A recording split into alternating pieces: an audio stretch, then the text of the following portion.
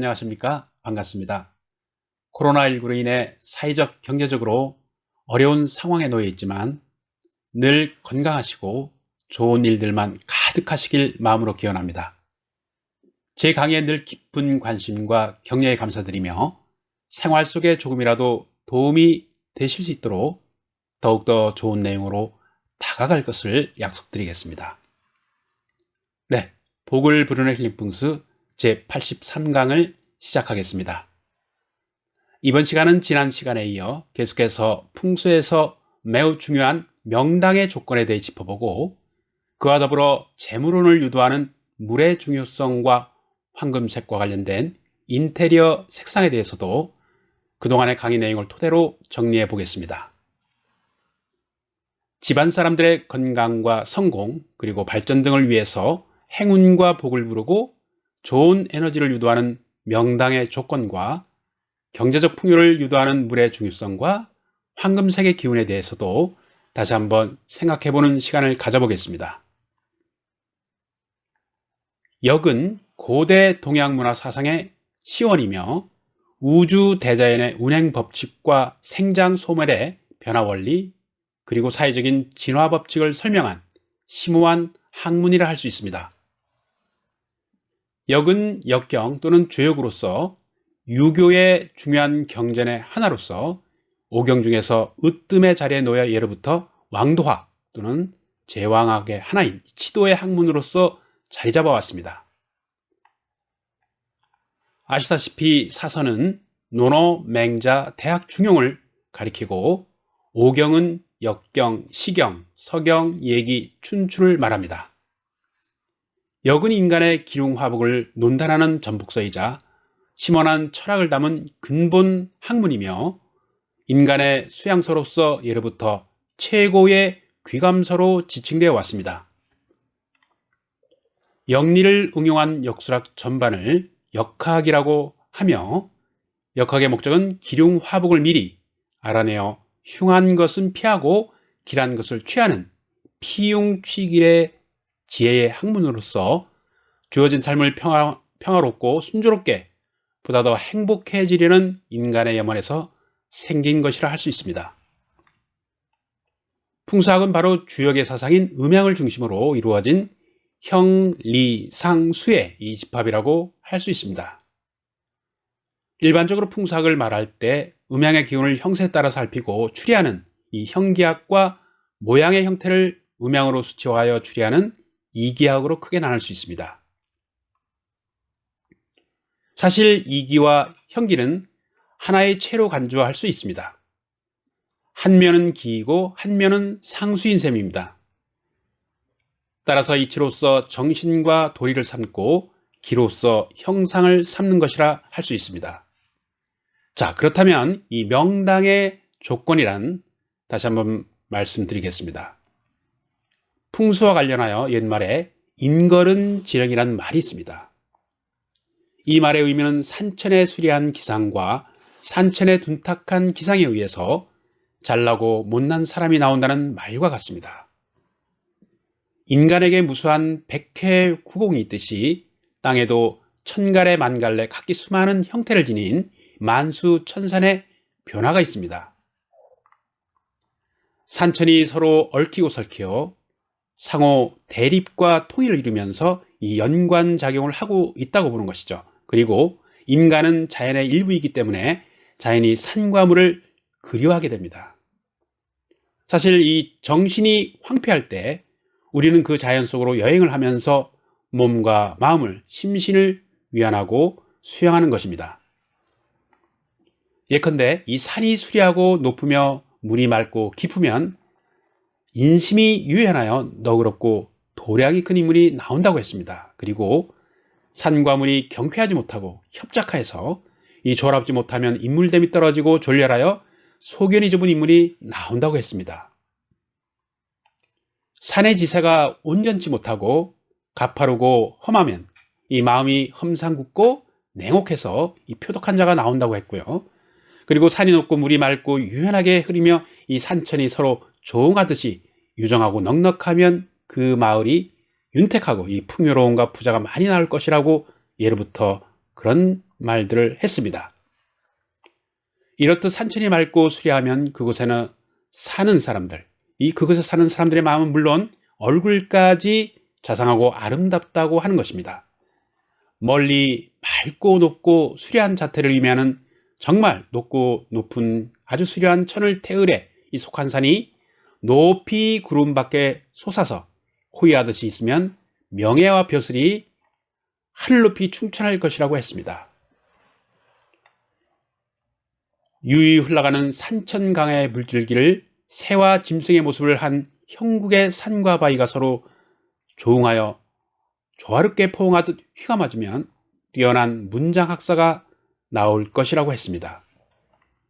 산 형국의 왼편이 깃발이 펄럭이듯 하고 오른편이 북이 둥둥 울리듯 기세 좋게 솟아 있으면 그곳엔 반드시 필시 이 장군이 나올 자리라고 했고, 산의 형국이 병풍을 마치 둘러친 듯하고 앞을 강과 하천이 막아주면 한나라의 재상과 일세를 풍미하는 문신이 나올 땅이라고 했습니다.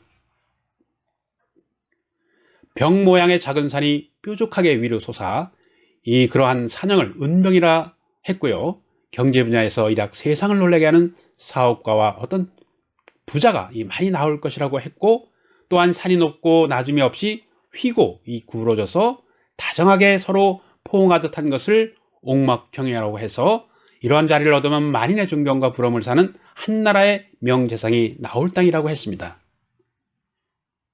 또한 산의 형국이 마치 편월, 즉 초승달처럼 가느다란 미인의 눈썹 모양과 같으면 아미산이라고, 이건 산의 형상을 아미산이라고 하죠.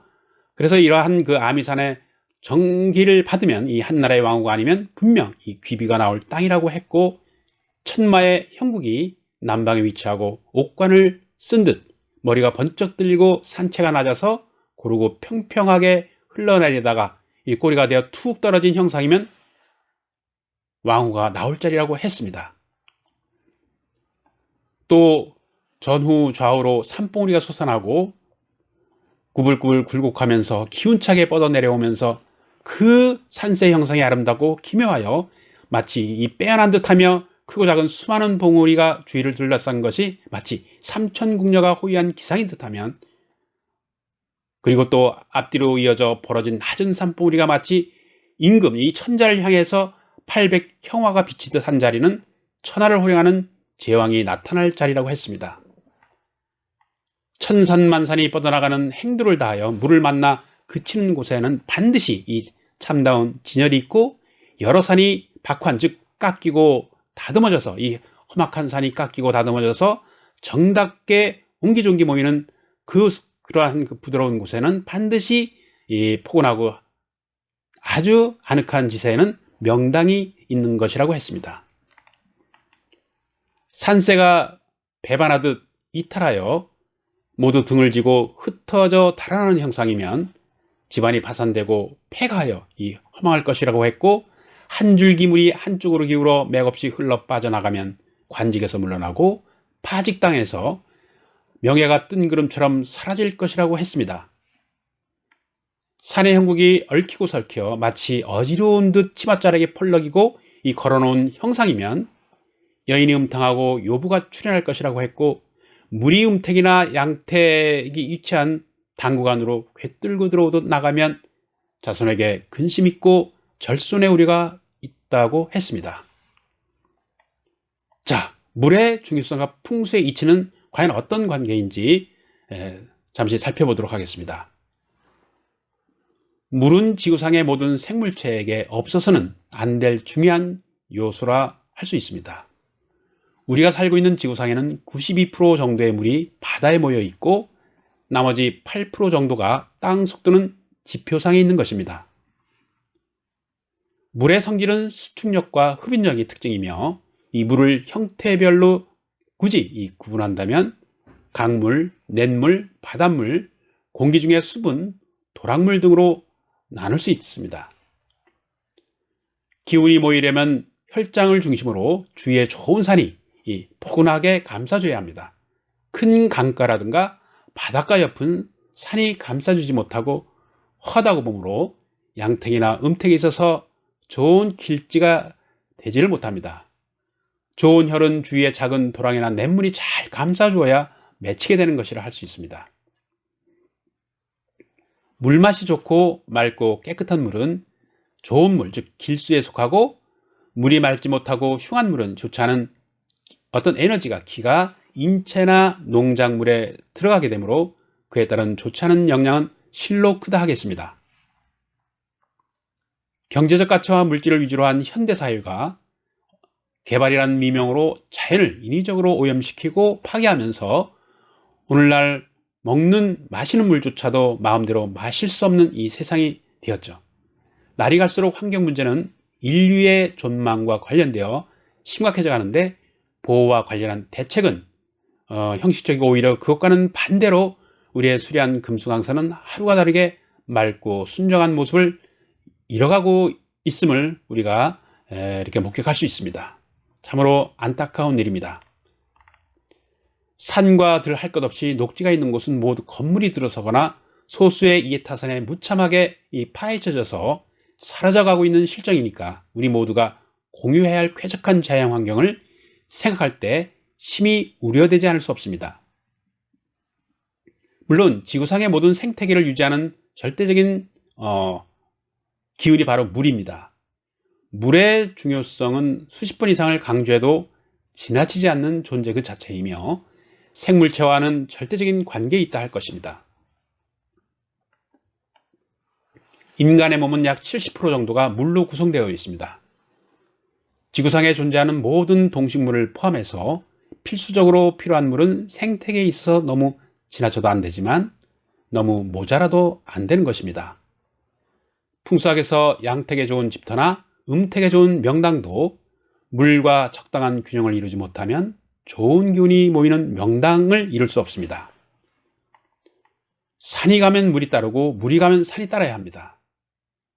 물은 기운의 경계를 짓는 곳이 됩니다.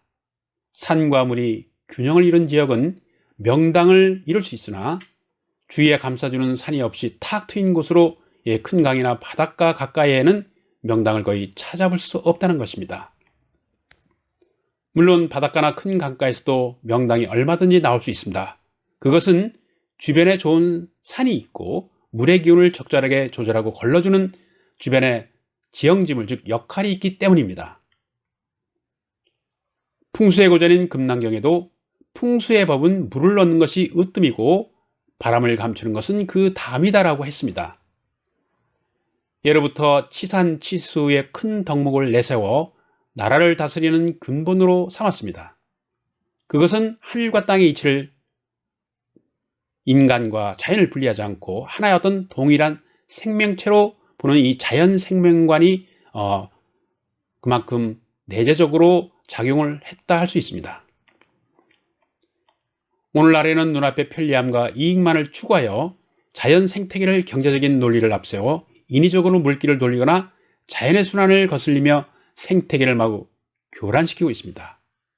산과 물길이 난개발로 파괴되어 자정 능력을 잃고 제자리를 이룰 때 인간도 함께 설 자리를 잃어버린다는 사실을 우리가 간과해서는 아니 될 것입니다.